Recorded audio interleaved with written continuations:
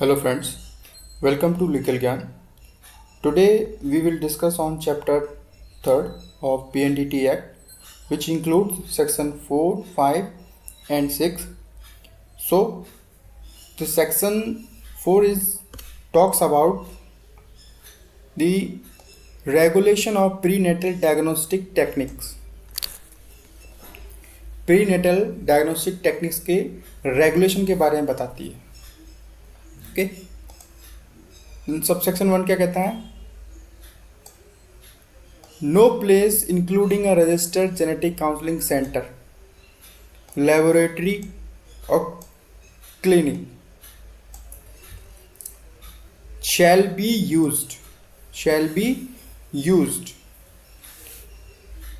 by any person for conducting prenatal diagnostic techniques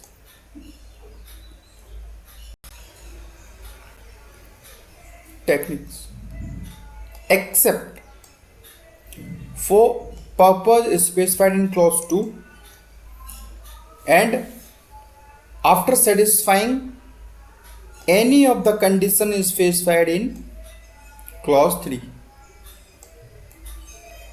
इसका मतलब यहां ये है, नो प्लेस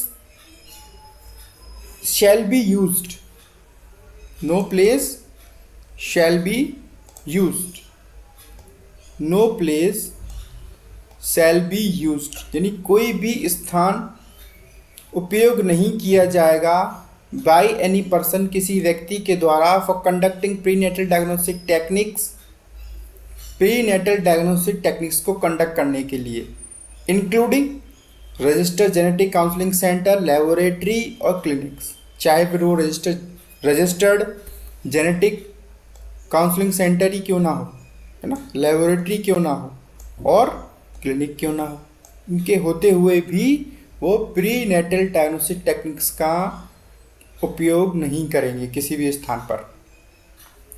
क्यों? Accept for the purpose specified in close 2, जब तक कि उनका पर्पज वो ना हो जो क्लोज 2 में बताया गया है. Okay, and satisfying any of the condition specified in clause 3. Clause 3 में जो कंडीशंस बताई गई हैं उनमें से कोई भी एक कंडीशन को वो फुलफिल ना करता, तब तक कोई भी genetic counselling centre prenatal diagnostic techniques को कंडक्ट नहीं करेगी. Okay, now come to the next. No prenatal diagnostic techniques shall be conducted. Okay, कोई भी प्रीनेटल डायग्नोस्टिक टेक्निक्स कंडक्ट नहीं की जाएगी except for the purpose of detection. ठीक है, उनका पर्पस जब तक ये ना हो, डिटेक्शन, क्या डिटेक्ट करना? Any of the following abnormalities, ये जो एबनॉर्मलिटीज बताई गई हैं उनमें से कोई भी एबनॉर्मलिटीज नहीं हो. क्रोमोसोमल एबनॉर्मलिटीज, गुणसूत्रीय अप्रसामान्यताएं, यानी कि गुणसूत्र से संबंधित एक्स गुणसूत्र जो होते हैं, एक्स वाई गुणसूत्र जो होते हैं, उनके संबंध में कोई क्रोमोसोमल एबनॉर्मलिटीज अगर किसी बेबी में दिख रही है तो उसको डिटेक्ट करने के लिए ही आप प्रीनेटल डायग्नोस्टिक टेक्निक्स को कंडक्ट कर सकते हैं. ओके, या फिर कोई सेकंड जेनेटिक मेटाबॉलिक डिजीज हो, यानी कि कोई आनुवंशिकी रूप से कोई डिजीज चली आ रही हो और उस डिजीज़ को रोकने के लिए, उससे प्रिवेंट करने के लिए बेबी को ये डिटेक्ट करते हैं कहीं बेबी के अंदर वो जेनेटिक मेटाबॉलिक डिजीज़ तो नहीं आ रही है, तो उस कंडीशन में इस डिजीज़ को डिटेक्ट करने के पर्पस के लिए भी प्रीनेटल डायग्नोस्टिक टेक्निक्स को हम कर सकते हैं. ठीक है, ये हमारा सेकंड पर्पस है. Third one is haemoglobinopathies. ठीक है, हीमोग्लोबिन के संबंध में कोई विकृतियाँ हों, यानी कि हीमोग्लोबिन में कोई ऐसी विकृति आ गई है, उसको डिटेक्ट करने के लिए, पता करने के लिए भी प्रीनेटल डायग्नोस्टिक टेक्निक्स करना बहुत ज़रूरी है. उसके लिए भी हम टेक्निक्स का इस्तेमाल कर सकते हैं. ये भी हमारा एक पर्पज़ है, थर्ड पर्पज़ है. And next one is sex link genetic disease है. कोई सेक्स लिंक कोई ऐसी डिजीज़ है जो कि बहुत पीढ़ियों से चली आ रही है, अगर ऐसी कोई डिजीज़ है ना, तो उस डिजीज़ को पता करने के लिए, डिटेक्ट करने के पर्पज़ के लिए भी हम प्रीनेटल डायग्नोस्टिक टेक्निक कंडक्ट कर सकते हैं। ये हमारा चौथा पर्पज़ है। And the next one is congenital anomalies. ठीक है, जन्मजात असंगति है, कोई जन्म से ही कोई ऐसी असंगति उसमें आ गई है, उसको डिटेक्ट करने के लिए भी अगर इस प्रीनेटल डायग्नोस्टिक टेक्निक्स को अगर हम यूज़ कर रहे हैं तो वो भी हमारे इस पर्पज़ में इंक्लूड है। ओके, एंड ये 5 कंडीशन के अलावा एनी अदर एबनॉर्मलिटीज़ और डिजीज़, यदि बाद में कोई नई ऐसी डिजीज़ या एबनॉर्मलिटीज़ पता लगती है साइंटिस्ट के द्वारा, है ना, और हमारा जो सेंट्रल सुपरविजरी बोर्ड है वो उसको इसमें शामिल कर देता है, may be specified by central supervisory board, यानी कि सेंट्रल सुपरविजर अगर इसमें स्पेसिफाइड कर देता है इन 5 के बाद, तो वो भी, है ना, वो एबनॉर्मलिटीज़ या डिजीज़ भी इस सेक्शन में शामिल हो जाएगी। उसके लिए भी हम फिर बाद में प्रीनेटल डायग्नोस्टिक टेक्निक्स का यूज़ कर सकते हैं। Okay, now come to the second. क्या बताया था थर्ड में? वो कंडीशंस, है ना, इधर बताया था ना, कंडीशंस स्पेसिफाइड इन क्लोज 3, यानी क्लोज 2 में बताए गए हैं वो पर्पस जिसके लिए प्रीनेटल डायग्नोस्टिक टेक्निक्स हमें करनी पड़ेगी, है ना, पर्पस बताया गया है। ये देखिए यहाँ पर ये बताया है पर्पस, एंड 3 में हमें क्या मिलेगा? कंडीशंस। ओके, नाउ हम देखते हैं। No prenatal diagnostic techniques shall be used, कोई भी प्रीनेटल डायग्नोस्टिक टेक्निक्स यूज़ नहीं की जाएगी अनलेस, कंडक्ट नहीं की जाएगी जब तक कि द पर्सन, वो व्यक्ति, क्वालिफाइड टू डू सो, इसके लिए करने के लिए क्वालिफाइड है ना, वो व्यक्ति जो उसको करने के लिए क्वालिफाइड है, इज सेटिस्फाइड, सेटिस्फाइड नहीं हो जाता है। जो व्यक्ति प्री नेटल डायग्नोस्टिक टेक्निक्स कर रहा है, जब तक उसको ये कंडीशन नहीं बताई जाएगी और वो उस कंडीशन से सेटिस्फाई नहीं हो जाता है, और reasons to be recorded in writing, और जो उसको रीजंस बताए जाएंगे वो राइटिंग में रखे जाएंगे। ठीक है, that any of the following, any of the following conditions हैं। ठीक है, इन कंडीशंस में हम क्या करेंगे? इन कंडीशंस में means age of pregnant women is above 35 years, pregnant women की एज 35 ईयर्स के एबव होनी चाहिए। ओके, पहली condition. The pregnant women has undergone 2 or more spontaneous abortions or foetus loss, 2 या उससे ज़्यादा, ठीक है, 2 या उससे ज़्यादा स्पॉन्टेनियस एबॉर्शंस हुए हैं, स्वतः उसको एबॉर्शन हो गए, गर्भपात हुए हैं, या कोई ऐसी फीटस लॉस हुआ है, उनको, जो प्रेग्नेंट वुमेन है उनको कोई ऐसी भ्रूण की हानि हुई है कि जिसकी वजह से ये पता करना ज़रूरी हो जाता है कि उनके भ्रूण में क्या दिक्कत है ना, किस वजह से, किस रीज़न से, उनकी वजह से उनको ऐसे बार बार अबॉर्शंस हो रहे हैं या उनका फीटस लॉस हो रहा है। तो ये पता करने के लिए भी ये कंडीशन मेंशन की गई है, इसके लिए PNDT टेक्निक्स हम कंडक्ट कर सकते हैं। Next one is the pregnant women had export to potential technique agent such as drugs, ठीक है, radiation, infections or chemicals.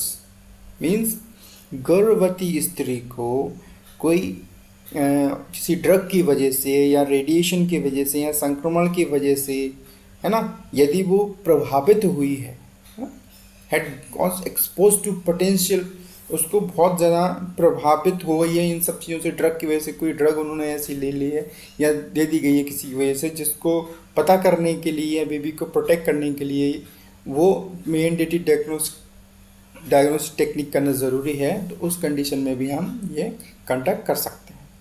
The next one is the pregnant woman और हर स्पाउस, जो प्रेग्नेंट वुमन है और उसका जो स्पाउस है यानी कि जो हस्बैंड है, हैज़ फैमिली हिस्ट्री, उनकी कोई ऐसी पारिवारिक जो हिस्ट्री है ऑफ मेंटल रिटार्डेशन और फिजिकल डिफॉर्मिटीज़, ठीक है, कोई मेंटल ऐसी जो मानसिक मंदता है, यानी कि मानसिक रूप से कोई ऐसी मंदता है, बीमारी है, विकृति है, या कोई शारीरिक विरूपता है, यानी शारीरिक रूप से कोई विकृति है ना, सच एज स्पैटिसिटी यानी स्तंभता, यानी कि हिंदी में इसको स्तंभता बोलते हैं, मीन्स स्तंभ रह जाना, बॉडी में कोई भी विकृति होती।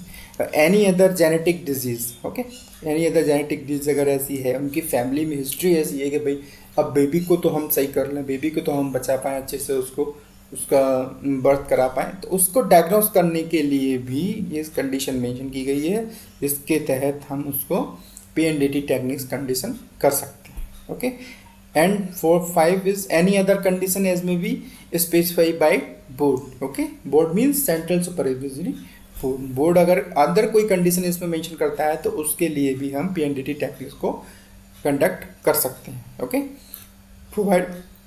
प्रोवाइजो क्या है इसमें, means provided that the person conducting ultrasonography of a pregnant women, कि जो पर्सन है वो जो अल्ट्रासोनोग्राफी उसको प्रेग्नेंट वुमेन कंडक्ट कर रहा है, सेल कीप कंप्लीट रिकॉर्ड, उसका कंप्लीट रिकॉर्ड रखेगा।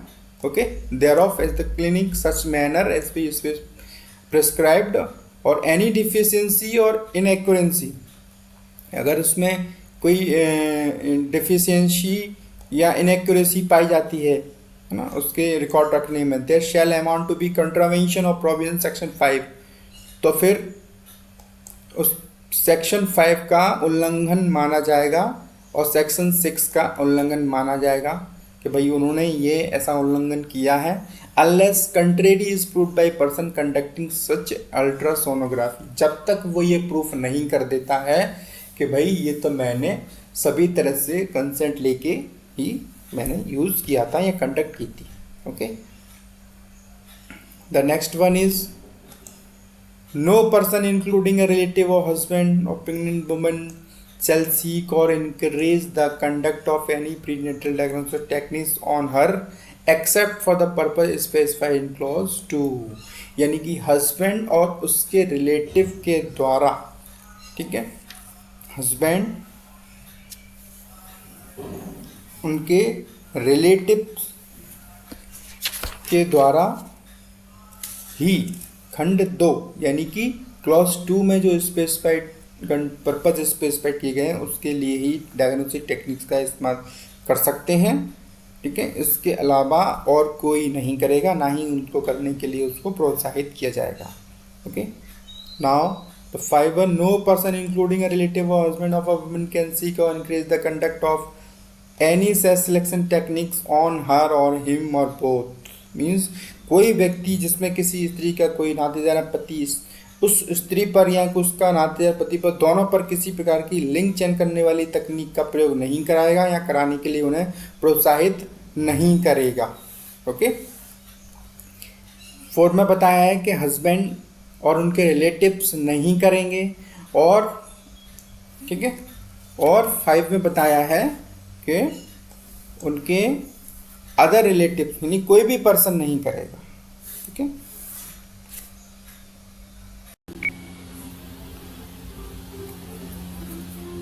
now this section is 5. Section 5 is written consent of pregnant women and prohibition of communicating the sex of fetus, means pregnant women की लिखित पर consent लेना ना, उसकी सहमति लेना, और ये है prohibition of communicating the sex of foetus, foetus के सेक्स को कम्युनिकेटिंग नहीं करना है, उसको प्रोहिबिट किया गया है ना, प्रतिषेध किया गया है।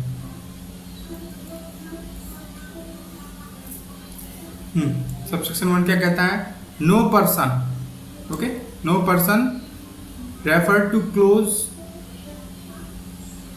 no person in clause 2 of section 3, ठीक है, सेक्शन क्लोज 2 सेक्शन 3 के क्लोज 2 में जो पर्सन PNDT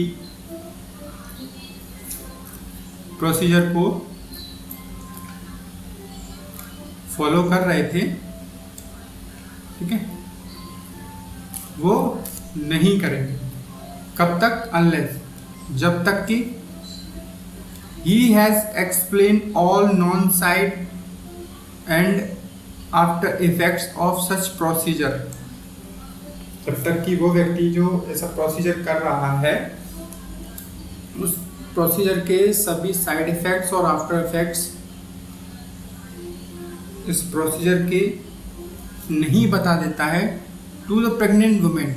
ठीक है, जो प्रेग्नेंट वुमेन है जो प्रोसीजर करवा रहे हैं, ठीक है, PNDT टेक्निक्स की प्रोसीजर करवा रहे हैं, उनको सभी उसके साइड इफेक्ट नहीं बता देता है। ठीक है,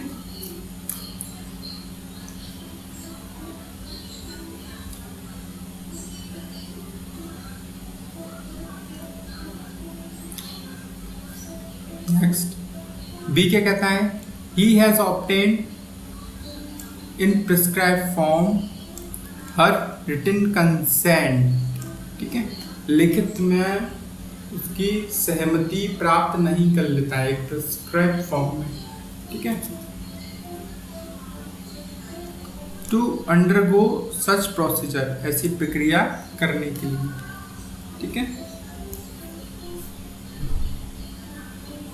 कौन सी लैंग्वेज में, लैंग्वेज विच सी अंडरस्टैंड्स, ऐसी लैंग्वेज में उसको उसकी सहमति लेना है जिस लैंग्वेज में, जिस भाषा में वो समझती है। ठीक है, जिस भाषा में वो समझती है उसी भाषा में उसकी सहमति लेना है।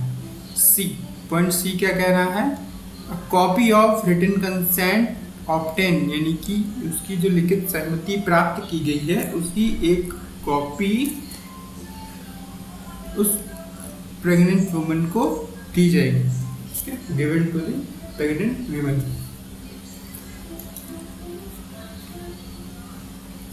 नाउ दी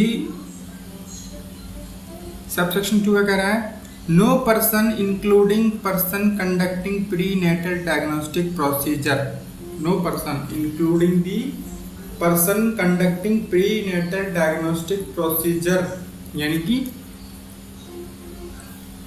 नो पर्सन,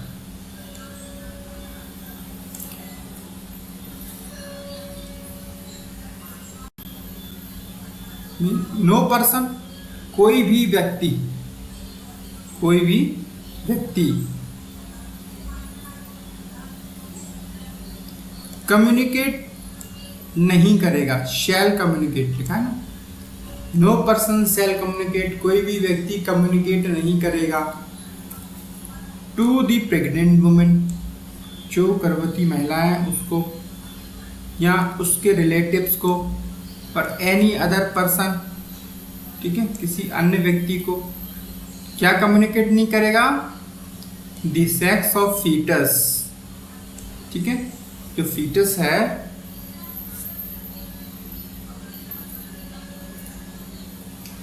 ठीक है, भ्रूण जो है, भ्रूण का लिंग कम्युनिकेट नहीं करेगा बाय वर्ड्स, शब्दों के द्वारा, साइन संकेतों के माध्यम से, और एनी अदर मैनर, ठीक है, अन्य किसी माध्यम से वो संसूचित नहीं करेगा। ठीक है, कौन, नो पर्सन, कोई भी व्यक्ति। अब इसमें कौन व्यक्ति शामिल है, including the person conducting prenatal diagnostic procedure, उस व्यक्ति भी सम्मिलित है जो PNDT टेक्निक्स को, प्रोसीजर को फॉलो कर रहा है, वो व्यक्ति भी शामिल है। तो वो किसी भी व्यक्ति को वो PNDT कर रहा है कि प्रोसीजर कर रहा है, तो प्रेग्नेंट वुमन को भी नहीं बताएगा, ना उसके रिश्तेदार को बताएगा, ना किसी अन्य व्यक्ति को बताएगा कि जो फीटस जो उसने देखा है वो उसका सेक्स कौन सा है ना, कि वो किस पर्टिकुलर सेक्स का है फीटस, ये वो किसी को नहीं बताएगा। Okay, now section 6, section 6 is talks about the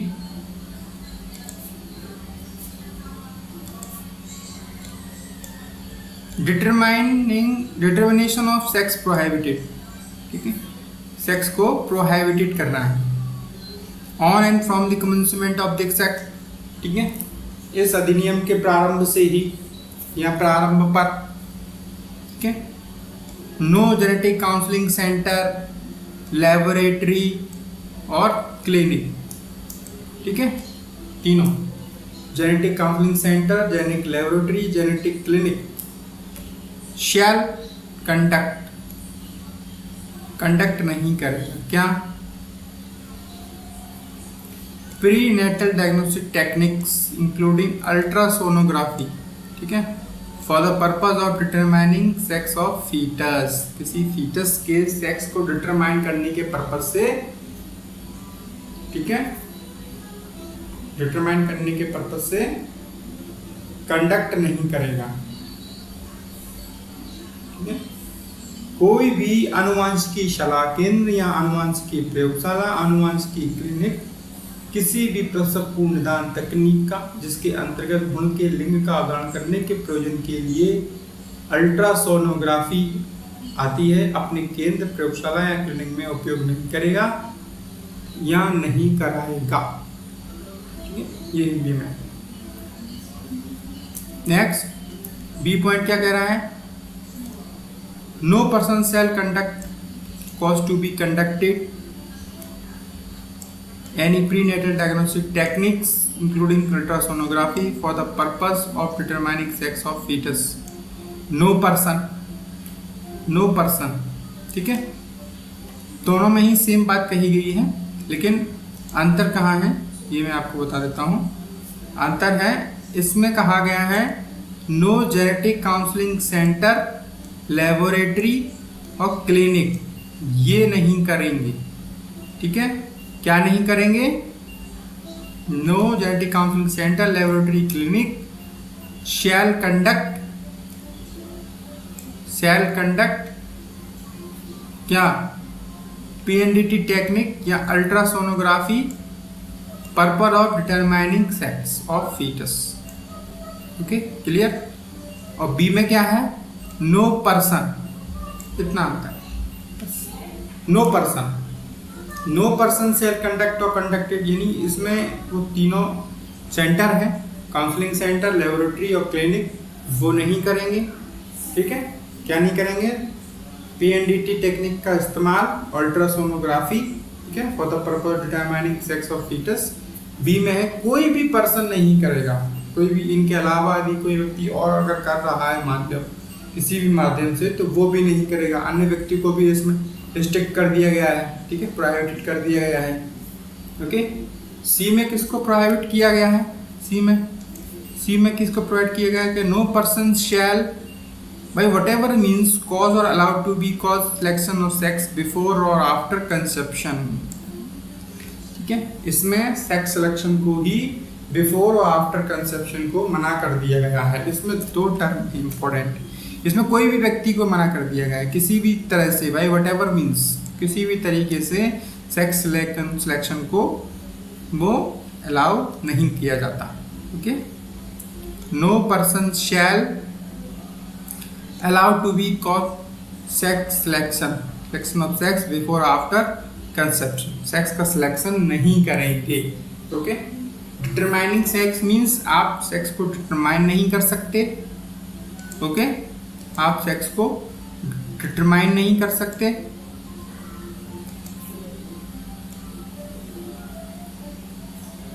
sex को डिटरमाइन नहीं कर सकते, और सिलेक्शन ऑफ सेक्स मींस आप सेक्स का सिलेक्शन नहीं कर सकते। ये दोनों ही चीजों को प्रोहिबिटेड किया गया। ओके, अगर वीडियो अच्छी लगी हो तो लाइक, शेयर और सब्सक्राइब जरूर करें। मिलते हैं अगले लेक्चर में।